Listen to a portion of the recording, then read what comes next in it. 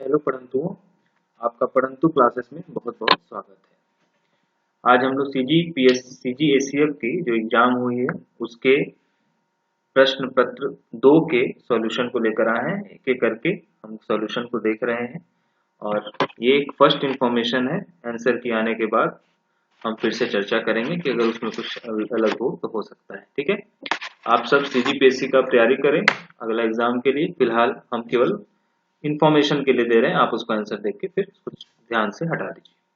चलिए तो एक एक करके क्वेश्चन देखते हैं। प्रश्न क्रमांक 1 है, हम सेट बी को लेके बना रहे हैं, तो हो सकता है आपके में प्रश्न अलग अलग हो। तो हमारा ये जो है वो है सेट बी के प्रश्न है। आप प्रश्न पढ़ते जाऊंगा तो उससे आपको समझ में भी आ जाएगा कि कौन सा प्रश्न है। ठीक है, पहला क्वेश्चन पूछ रहा है जीपीएस के बारे में। ठीक है, जीपीएस को फुल फॉर्म होता है ग्लोबल पोजिशनिंग सिस्टम।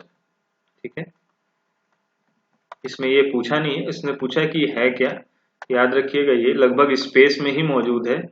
इसकी दूरी 12,550 माइल्स या फिर 20,200 किलोमीटर के आसपास ये है पृथ्वी की सतह से। और यह एक स्पेस, क्योंकि ये नेविगेशन के लिए है तो स्पेस बेस्ड, और इसमें रेडियो वेव का यूज होता है, इसलिए इसका नाम है space wave radio navigation system. तो इसके जो रिसीवर्स होते हैं उसमें कौन सा वेव यूज किया जाता है? रेडियो वेव्स का, इसलिए इसका नाम पड़ा स्पेस बेस्ड। कहीं के सैटेलाइट बेस्ड भी कहा जाता है, तो space based radio navigation system. तो इसका ऑप्शन हो जाएगा आपको ए। देख लेते हैं ए है कि नहीं, स्पेस बेस्ड रेडियो नेविगेशन। ठीक है, एक क्वेश्चन नंबर 2, गगन। गगन का फुल फॉर्म होता है जीपीएस एडेड। जियो मीन्स जियो स्टेशनरी अर्थ ऑर्बिट। ऑगमेंटेड मतलब होता है मिलाना, ऑगमेंटेड नेविगेशन सिस्टम। इसको टेक्नोलॉजी में हम लोग पढ़े थे गगन को, बहुत इंपॉर्टेंट है। चलिए आगे देखिए। थ्री पूछ रहे ग्रीन हाउस गैस कौन कौन से होते हैं, हम जानते हैं कौन कौन से होते हैं। CO2, CH4, nitrous oxide, CFC, PFC और आपको SF6। ठीक है, तो इसमें एक ही ऑप्शन है, आंसर क्या है? CO2। ओजोन भी होता है लेकिन ओजोन ऑप्शन में दिया नहीं है। ठीक है, ऑक्सीजन नहीं बल्कि ओजोन होता है। ठीक है, तो ओजोन होता तो वही आंसर होता। क्वेश्चन नंबर 4, निम्नलिखित में से कौन सा जीवाश्म ईंधन नहीं है? जीवाश्म ईंधन नहीं है यानी कि जीवाश्म ईंधन क्या होता है? Fossil fuels. फॉसिल फ्यूल उनको कहा जाता है जो पेड़ पौधे जीव जंतु के डेथ होने के बाद उनको जो डिके होता है धीरे धीरे और कई सालों बाद ये मिट्टी में बदल के किस में बदल जाते हैं? वो एक ईंधन के रूप में बदल लेते हैं। अलग अलग प्रेशर और टेम्परेचर के हिसाब से कोल, फिर पेट्रोल, फिर डीजल, फिर नेचुरल गैस, ऐसे करके बनता है। तो ये सब फॉसिल फ्यूल्स हैं, एकलौता छोड़कर यूरेनियम। यूरेनियम का जो निर्माण होता है वो रेडियो एक्टिव डिके के आधार पर होता है। ठीक है, यूरेनियम का निर्माण रेडियो एक्टिव डिके के आधार पर होता है। तो क्वेश्चन नंबर 4 का आंसर हो गया डी। क्वेश्चन नंबर 5, सोलर ऊर्जा। The primary source of solar energy is the fusion of hydrogen to form helium. This reaction is also called, इसे proton to proton chain reaction कहते हैं।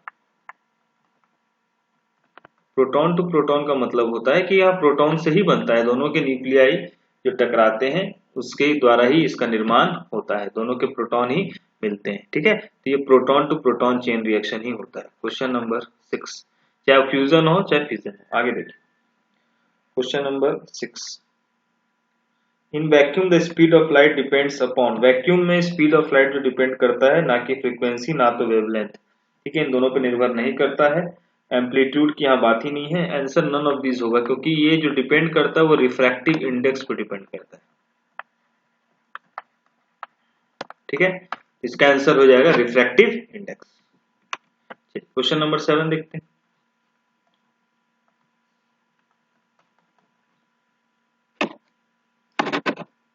Seven numerical है। क्या पूछ रहा है? दो तरंगों की तीव्रताओं का अनुपात 1.9 है, तो ये तरंगे व्यतिकरण करती हैं, तो इनकी अधिकतम तथा न्यूनतम तीव्रताओं का अनुपात निकालें। The ratio of intensities of two waves is 1:9. The waves interfere then what will be the ratio of maximum minimum intensity. तो देखिए मैक्सिमम इसका बहुत सिंपल सा फॉर्मूला होता है I max upon I minimum. Intensity है और दोनों का इंटेंसिटी मान लीजिए I1:I2, वो कितना दिया है 1:9। तो इसकी फॉर्मूला होता है I1√I2 I1√I2 का होल स्क्वायर। ठीक है, तो इसमें हम इसको सॉल्व करना, रेशियो में करना है तो हमको इसको रेशियो में बदल देंगे, तो डिवाइड कर दीजिए इसको। तो डिवाइड कर देंगे तो I1 से डिवाइड कर देते हैं तो आ जाएगा 1+√I2/I1, 1+- और I2/I1 देखिए यहाँ पर क्या दिया है 9:1 हो जाएगा, तो हो जाएगा 1+√9 1-√9, तो हो जाएगा 1+3 1-3 का ये इसका होल स्क्वायर है, तो हो जाएगा 4/-2 यानी कि -2 का होल स्क्वायर यानी कि 4:1। तो 4:1 इसका आंसर हो जाएगा 7 का डी। क्वेश्चन नंबर 8 दिया हुआ है, two light of frequency 2 × 10⁻14 hertz is traveling in a medium of refracting index 1.5, what will be its wavelength। देखिए वेवलेंथ को हमने डिनोट करते हैं लैम्डा से, और लैम्डा इक्वल टू होता है C/न्यू। ठीक है, और न्यू बल्कि क्या होता है n times of f। n यहाँ पर रिफ्रैक्टिव इंडेक्स है, f फ्रीक्वेंसी और c है स्पीड ऑफ लाइट, प्रकाश की गति कहाँ पर वायु में। ठीक है, तो स्पीड ऑफ लाइट होता है 3 × 10⁸ दिया भी है क्वेश्चन में, और न्यू n दिया हुआ है 1.5 और फ्रीक्वेंसी दिया हुआ है 2 × 10⁻14। तो ये देखो ये दोनों मिला के 3 हो गया, ये सब कैंसिल हो गया एक साथ, बच गया 1 × 10⁻⁻6, ये हो गया मीटर। लेकिन ऑप्शन में सारे एंगस्टन दिए हैं, तो 1 एंगस्टन कितना होता है 10⁻10 मीटर, इसको बदल देते हैं तो ये हो जाएगा 10,000। तो इसका आंसर हो जाएगा 10,000 एंगस्टन यानी option D. Question number 9 an object is placed 15 centimetre in front of concave mirror. देखिए कनकेव मिरर ऐसा होता है, इसके 15 सेंटीमीटर के सामने रखा गया। फोकल दूरी f है, ये कितना दे दिया है 30 सेंटीमीटर, और इसके बीच पे 15 सेंटीमीटर पर रखा गया क्या ऑब्जेक्ट को। ठीक है, तो द इमेज विल बी, अब देखिए 15 सेंटीमीटर पर है तो ये ऐसा गया, पहली रेखा ऐसे जाके कहाँ जाएगी फोकस से पास होगी, और दूसरी रेखा पोल से जाती है और ये दूर जाएगी, दोनों ये जाकर कहाँ मिल जाएंगे इधर। इसको सॉल्व करने की जरूरत नहीं है, ये यहाँ पर बन गया। ठीक है, तो ये हो गया ए बी और ये हो गया सी डी। ठीक है, तो यहाँ पर आपका सॉल्व भी करेंगे तो बन जाएगा, लेकिन यहाँ पर सॉल्व करने की जरूरत नहीं है। अब देखिए क्योंकि इधर बन रहा है, रास्ता बदल गया तो बन गया वर्चुअल यानी कि आभासी। देखिए ये छोटा है ये बड़ा है, तो ये हो जाएगा क्या बड़ा, इनलार्ज्ड, साइज इनलार्ज्ड है, और क्योंकि ये जैसा इधर है ऐसा इधर है, दोनों सीधा दिख रहे हैं तो ये सीधा भी है यानी अपराइट। ठीक है, तो ये सीधा है, बड़ा है, और आप सॉल्व करेंगे तो ये आ जाएगा आपको, इसको सॉल्व करेंगे तो 1/f = 1/u + 1/v, क्योंकि f और u दोनों लेफ्ट साइड है तो निगेटिव हो गए, तो ये हो जाएगा 1/-30 1/-15 और 1/v। सॉल्व करेंगे तो v यहाँ से 30 सेंटीमीटर या मीटर जो भी दिया होगा सेंटीमीटर में आ जाएगा। तो 30 सेंटीमीटर कहाँ पर है, और अगर हमको देखना है कि दोनों बड़ा है कि नहीं तो इस मेथड से हम जानते हैं m = क्या होता है -v/u और ये होता है h'/h। इसको निकाल के भी हम बड़ा छोटा देख सकते हैं अगर आप डायग्राम बनाना नहीं जानते। ठीक है, अगला प्रश्न देखिए, क्वेश्चन नंबर 10। क्वेश्चन नंबर 10 बोल रहा है on a glass plate is light wave incident at an angle of 60 degree. एक ग्लास प्लेट है, ठीक है, इस पे एक लाइट टकरा रही है जो कि एंगल दे दिया हुआ है कितना 60 डिग्री। ठीक, आगे बोल रहा है, ठीक है, if the reflected and the refracted waves are mutually perpendicular. तो रिफ्लेक्टेड रे कौन सा होगा, परावर्तित किरण कौन होगी, जितना टकराएगा उतने से चला जाएगा, तो ये भी कितना हो जाएगा 60 डिग्री। और रिफ्रैक्टेड रे, रिफ्रैक्टेड क्या होंगे, देखो ये मान लो ग्लास है, इसको सीधा कर लीजिए, ग्लास पूरा है कोई भी दिक्कत नहीं, तो ये अगर मान लीजिए सीधा है तो हम जानते हैं कि वो बेंट होगा, तो 60 तो नहीं होगा, तो बोला उन दोनों के बीच में आपस में कितना डिग्री है, 90 डिग्री। ठीक है, तो पूछ रहा है कि रिफ्रैक्टिव इंडेक्स कितना होगा, तो म्यू अपवर्तनांक कितना होगा, वो कितना होता है sine i by sine r. तो साइन आई तो हमको पता है साइन 60, आर पता करना है हमको, मतलब ये वाला एंगल पता करना है। चलिए निकालते हैं ये वाला एंगल। अब देखिए ये 90 है, ये 60 है, ये देखिए ये टोटल डिग्री कितना होगा यहाँ से यहाँ तक, ये टोटल डिग्री होगा हमको 90, और ये 60 है, तो ये कितना हो जाएगा, ये वाला एंगल जो है ये यहाँ से लेकर यहाँ तक जो एंगल है ये कितना हो जाएगा 30 डिग्री। ठीक, अब देखिए ये टोटल 90 है, तो ये कितना हो जाएगा 60 डिग्री। अब 60 डिग्री इसके लिए ये 90 है, तो ये 90 से 60 माइनस कर गया, कितना हो गया 30 डिग्री। आर हमको कितना मिल गया 30 डिग्री, कितना हो गया mu equal to sine 60 degree upon sine 30 degree. ठीक है, तो ये हो जाएगा √3/2, और ये साइन 30 होता है 1/2, आंसर हो जाएगा √3। कितना आंसर आ जाएगा √3, तो ऑप्शन हो जाएगा हमारे पास बी। तो 10 का आंसर हो गया 11।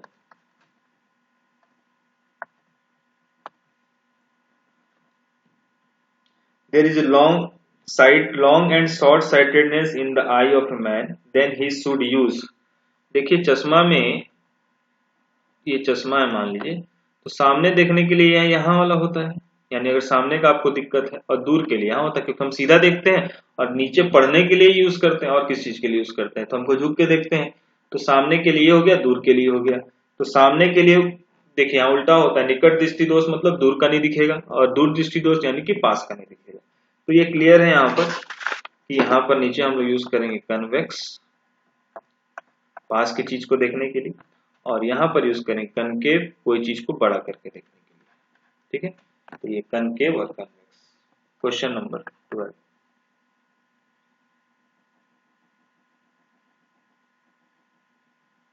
देखिए इसमें ऑप्शन हो जाएगा 11 में क्या है, दोहरी फोकस तो क्लियर है, बाई फोकल हो गया, इसी को बाई फोकल बोलते हैं। ये बीमारी को बोला जाता है प्रेस बायोपिया, दूर और पास दोनों में दिक्कत होता है, दोनों होते हैं, उम्र के कारण होता है, कॉर्निया के जो हमारे सिलियारी मांसपेशियों के कमजोर होने के कारण। ठीक है, इसमें ऑप्शन देखिए सी और डी, पहला दोनों तो कैंसिल हो गया। देखिए double focus lens with lower part convex, चलिए सी ऑप्शन आंसर हो जाएगा। Question number 12, critical angle of light passing from glass to air is minimum for violet. ठीक है, इसके लिए मिनिमम होता है वायलेट। क्वेश्चन नंबर 13 देखते हैं।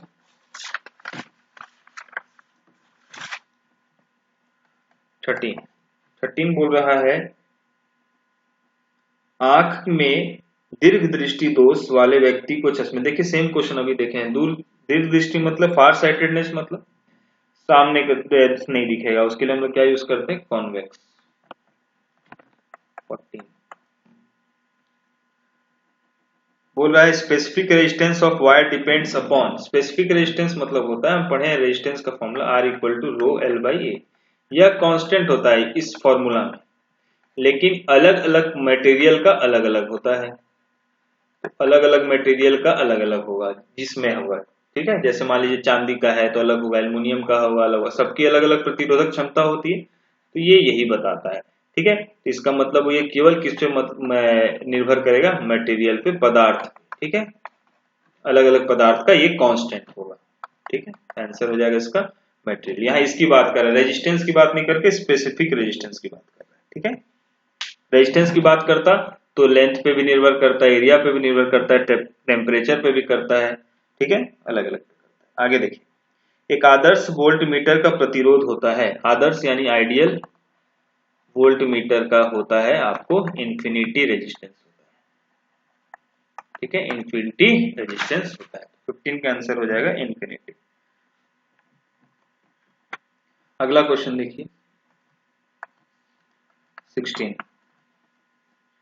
यदि 10 किलो ओम प्रतिरोध में 0.02 एम्पियर धारा प्रवाहित हो रही है, तो प्रतिरोध में विभव पतन कितना होगा। तो ये सिंपल सा क्वेश्चन है। करंट दिया हुआ है 0.02 और रेजिस्टेंस दिया हुआ है 10 किलो। तो हम जानते हैं V इक्वल टू क्या होता है, आई आर। आई कितना है 0.02 और 10 इंटू 10 टू द पावर, ठीक है, ये हो जाएगा 200 वोल्ट। ये हो गया 16 नंबर क्वेश्चन। 17, L लंबाई के तार का प्रतिरोध, देखिए L लंबाई है, ये L लंबाई है, इसका प्रतिरोध कितना दे दिया है R। अब क्या बोल रहा है इसमें, यदि तार को खींचकर उसकी लंबाई 4L कर दी जाए, तार खींचकर 4L कर दी जाए तो तार का प्रतिरोध होगा। अब देखिए L है, इसको लंबाई को 4L कर दिया गया, यानी इसको खींचकर और लंबा कर दिया गया, पतला हो जाएगा, ठीक। तो देखिए 4L, इसकी अब लंबाई कितनी होगी 4L, तो चौड़ाई क्या होगी उतना ही घट के इधर बढ़ जाएगी। तो चौड़ाई जो है, एरिया वो जो होगा यहाँ पर, वो कितनी हो जाएगी आपको, आधी हो जाएगी। एरिया जो है वो कितनी हो जाएगी, ये भी 4 गुना कम हो जाएगी।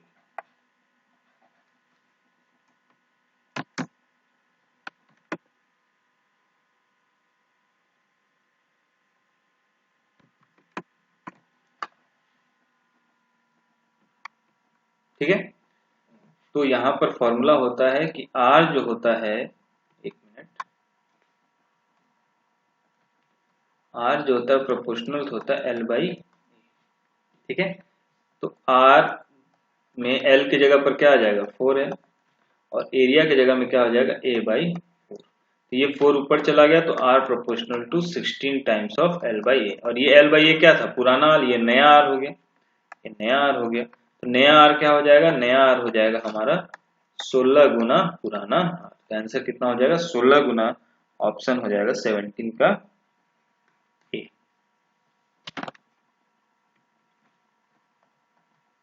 क्वेश्चन नंबर 18 देखते हैं। 220 वोल्ट एसी मेंस का शिखर मान कितना होगा। तो V पीक जो होता है √2 टाइम्स ऑफ RMS वैल्यू। ये कि तुम्हारा आपका कितना दिया हुआ है 220, ये 220 गुने 1.414, ये लगभग आपका 311 वोल्ट आ जाएगा। क्वेश्चन नंबर 19, दो समानांतर लंबे चालकों में धारा एक ही दिशा में प्रवाहित हो रही है, तो दोनों चालक क्या होंगे, एक दूसरे को अट्रैक्ट करेंगे, ठीक है, अट्रैक्ट ईच अदर।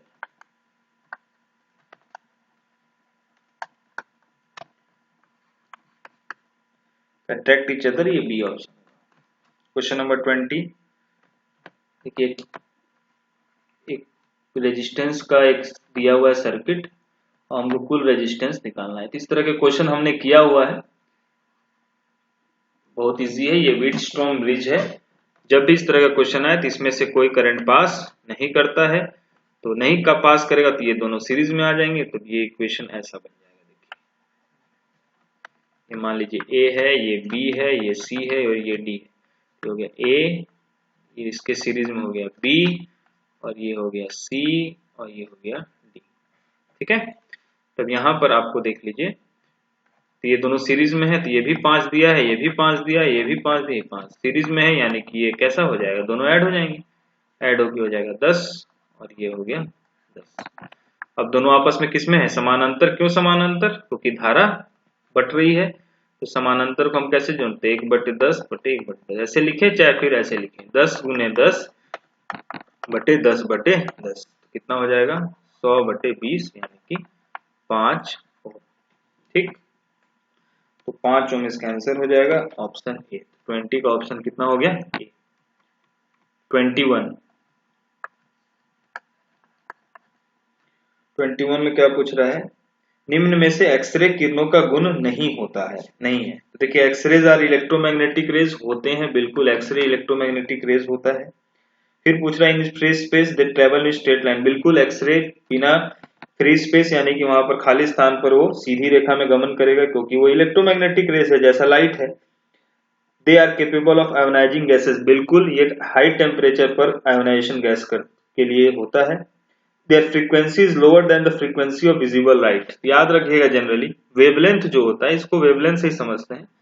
वेवलेंथ अधिक होता है, देखिए यहाँ पर क्या है, वेवलेंथ कम होता है एक्सरेज का एज कंपेयर टू विजिबल है, विजिबल रेज जो हम लोग देखते हैं, रंग जो 7 रंग होते हैं। लेकिन वेवलेंथ का ठीक उल्टा कौन होता है, फ्रीक्वेंसी। ठीक है, lambda is proportional to 1/f। ठीक है, तो फ्रीक्वेंसी उल्टा होगा, तो फ्रीक्वेंसी क्या होगी, अधिक होगी किसकी, विजिबल रे से। इसलिए ऑप्शन डी क्या हो जाएगा, सही उत्तर हो जाएगा। ठीक है, मतलब जो गलत है। ठीक है, क्वेश्चन नंबर 22 बोल रहा है कि there are 4 lightweight rod samples A, B, C and D separately suspended by threads. A bar magnet is slowly brought near each sample and the following observation are noted. A is feebly repelled, यानी कि हल्की सी प्रतिकर्षित करता है, repelled मतलब दूर जाता है। B is freely attracted, पास आता है। C is strongly attracted, D remains affected। अब देखिए सबसे पहले बात, मैग्नेट आएगा तो उसके प्रति कैसा उसका व्यवहार होगा। तो अगर वो रिपेल्ड कर रहा है तो नॉन मैग्नेटिक मेटल है तो उसको कोई असर नहीं होना चाहिए, तो ए गलत हो गया। बी इज अ पैरामैग्नेटिक, बाद में आते हैं। सी इज अ डायमैग्नेटिक, तो स्ट्रांगली अट्रैक्ट कौन करता है, फेरोमैग्नेटिक, ना कि डायमैग्नेटिक, तो सी भी गलत हो गया। डी इज अ फेरोमैग्नेटिक, अब लिख रहा है डी रिमेन्स अनअफेक्टेड, यानी फेरोमैग्नेटिक है तो बार मैग्नेट को अट्रैक्ट करेगा ही करेगा, लेकिन वो नहीं कर रहा है, तो ऑप्शन हो जाएगा B is a paramagnetic. Paramagnetic जो होता है वो फीबली यानी कम अट्रैक्ट करता है, आंसर हो जाएगा पारा मैग्नेटिक। ठीक है, तो option B is the correct answer of 23। The direction of magnetic lines of forces close to a straight line conductor carrying current will be, ये देखिए हमेशा याद रखिएगा सर्कुलर पाथ पे जाता है, इसमें ज्यादा कुछ सोचने का ऑप्शन नहीं है, तो ऑप्शन क्या हो जाएगा, सी बिल्कुल सही उत्तर है, circular in a plane perpendicular to the conductor. ठीक है, हम लोग राइट एंड थंब रूल वगैरह भी पढ़े हुए हैं, उससे भी समझ में आ जाएगा।